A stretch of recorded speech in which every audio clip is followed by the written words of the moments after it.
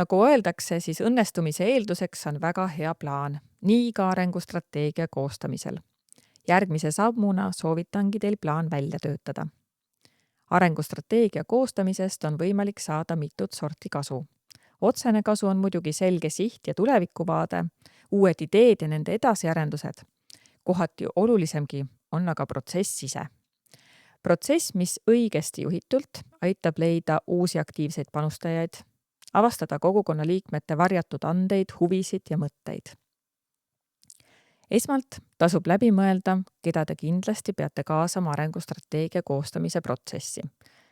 Ja siin ei ole vaja nimetada nimesid, vaid ikkagi laiema ühise nimetaja kaudu erinevaid gruppe, osapooli. Täpselt nii, nagu teie nad oma kogukonnas ära tunnete. Näiteks laulunaised või meesteklubi või lastelaagri lapsed. Miks mitte ka ettevõtja X või hoopiski MTÜ ABC. Kui riidu jääb puudu, kasuta julgelt lehe teist poolt. Oluline on läbi mõelda ka see, mida me tegelikult neist kaasatutest soovime.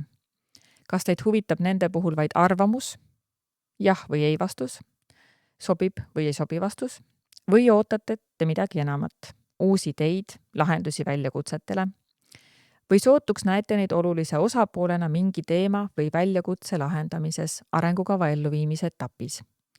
See määrab viisi, kuidas seda konkreetset osapoolt tuleks kaasata. Kui teil on oluline vaid see, et ta annab heakskiidu väljamõeldule, siis piisab ju e-kirja saatmisest või telefonikõnest ja kaasamine ongi tehtud. Kui aga ootate päriselt ideid ja hilisemat panustamist, tuleb valida muid viise.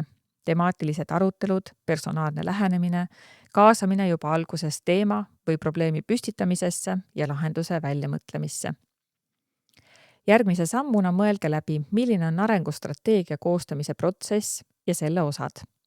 Milliseid tegevusi on päriselt vaja teha, et kvaliteetne ja piisav hulk infot, mõtteid ja ideid kokku koguda. Mida ja kus on arengustrateegia protsessi kohta tarvilik teavitada, milliseid küsimusi, arutelusid ja kellega korraldada, kuidas osalejaid osalema kutsuda. Kindlasti on vajalik ka vormistamine ja tekstiloomine. Samuti see, kuidas te lõpliku dokumendi heakskiitmise korraldate. Need kõik on töölõigud, mida tasuks jagada vähemalt mingis osas erinevate eestvedajate vahel, et kogu koormus ei jääks ühe entusiasti kanda.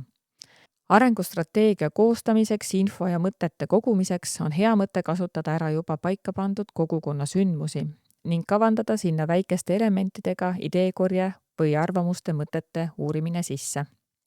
Mõelge läbi, millised need sündmused teie külas võiksid olla, kus info liigub. Kes need eestvedajad on ja millise konkreetse ülesande keegi endale võtab. See on oluline koht, et protsess saaks mõnusas koostöövaimus käivituda ja üksteist toetades sünniks ühine dokument, mitte vaid ühe eestvedaja visioon.